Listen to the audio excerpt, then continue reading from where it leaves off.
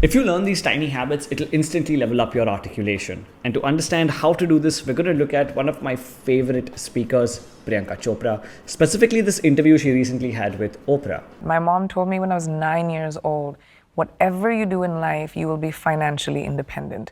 Who says that to a 9-year-old kid? Like, I didn't even know what financially independent means at that time. And when I saw this interview, I was like, wow, along with Shah Rukh Khan, she's the GOAT of articulate speaking, at least according to me. But when I first saw the interview, I wasn't able to get some actionable takeaways that you and I can apply in our lives to make our speaking a little better. So after rewatching this multiple times, we were able to extract 3 techniques which I want to share with you today. And we're going to break the techniques down into simple habits so that you find it easy to apply it in your everyday communication to sound a little more articulate. And so we're going to get into how to use a more elevated language while using simple words to improve your articulation, the articulation technique PC uses to engage any listener, and how she counters scenarios when she might not know what to say and still sound poised.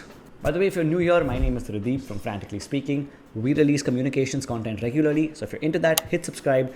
And if you want to take your communications learning to the next level, you can click the link in the description to check out our courses and see if we can work together. Now, to understand the first habit, we're going to look at this clip as an example. No, of course. It's amazing to actually get a glimpse of sunshine and Maui. I've been in London since November, and we don't really see a lot of that, though spring is creeping in at the moment. But to be seeing the flowers and the sun, I feel like voyeuristically happy. Now, if you noticed her language over there, where she uses a term spring creeping in, that's what we call as a lexicon lift. It means using simple words in a slightly more elevated way to make you sound a lot more articulate and engaging. Now, the thing with using a better vocabulary is that we automatically think it's about sounding fancy and using complicated words. It's absolutely not. It's about using simple words, just positioning them a little differently to make them sound better. So if you look at this example of spring creeping in and we replace what she said with very, very basic words, here's what it would sound like. We don't get much of that in London, but spring is going to be coming in soon. So there will be a little more sunlight that will come. Instead, saying what she said will just make the entire thing sound so much better and still very understandable. Let's look at another example. I remember about 5 or 6 years ago, I just thought that it was not really in the consciousness of the filmmakers that a leading mainstream part can be played by a brown person.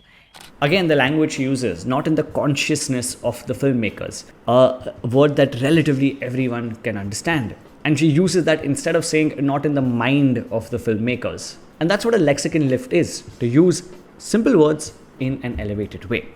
And a mini masterclass in this is when she uses it by replacing her role as an adult and as a child. Just watch this clip to understand that. I wasn't even aware of the fact that this was something that I should feel embarrassed about, but I guess when I was made to feel like, did my clothes smell funny when I walked by in the hallway, or did people smell curry, or little things like that at 16 are so detrimental to self-worth, your sense of self. But at that time, at 16, I remember I was like, I don't want to live in this country.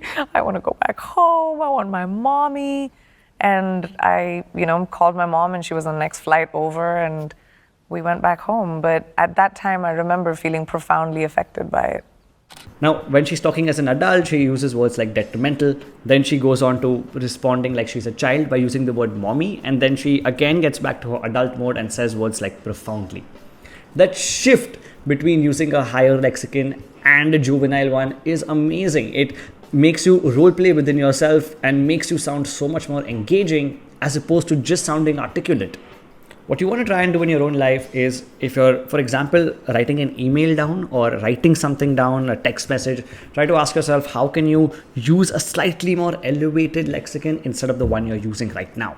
Now, you can try it in casual settings as well, depending on how you and your friends or family communicates, but this is especially useful for in a professional setting itself. Now, to understand the second habit, we want to look at this clip. I was so scared. I was new in the entertainment business, and girls are always told that, you don't want to get a reputation of being hard to work with, or, you don't want people to say, oh, she makes a scene. So I worked within the system, And that's my regret, is that, I never stood up to him and said what you did was wrong because I was scared. But the only way I knew how to deal with it was to just step away from it and have grace under fire. And that's what I did. Now, the term grace under fire, and you take the previous example of spring creeping in, while that is an elevated lexicon, it's also about her being a visual speaker. When you use a term like spring creeping in or grace under fire, you can also not just hear but visualize the person or the thing as well. And that's what you want to do to try and sound a lot more engaging, to use a little more visual language as opposed to just giving information. In fact, she learned this from her father and very beautifully describes the power of water. And just notice how it's explained so visually. Well, I remember he said it to me when, I think around 10 maybe. I was studying science. And we had recently in geography learned about the power that water has.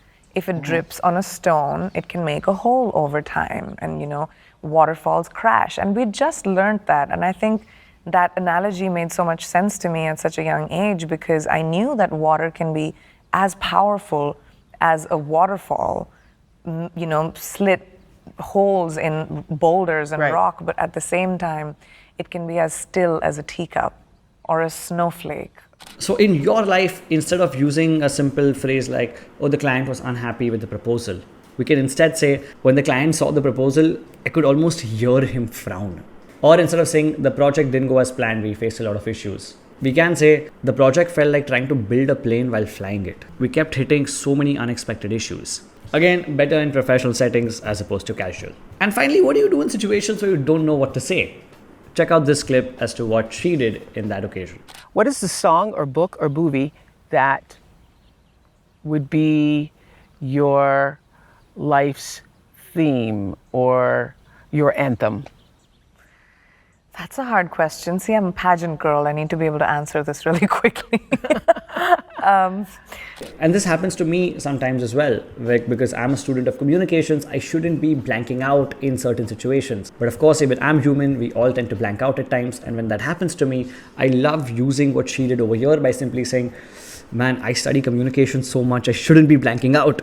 And laughing that out gives me a moment to actually gather my thoughts so I can say something with a little more structure.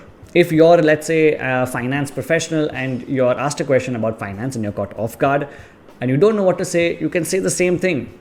Man, I've been in this field for about 10 years, I shouldn't be blanking out. And just laugh it off. It lightens the mood, it doesn't take away from your credibility, and at the same time gives you a moment to gather your thoughts. What's also important in these occasions is to understand certain frameworks that you can utilize to be able to speak with more articulacy. To understand that, you can check out this video we've made on 5 different frameworks to avoid you from blanking. And to understand this, we've created a list of 5 mental models that can reduce your ability to blank out when you speak. You can check out the whole video right here.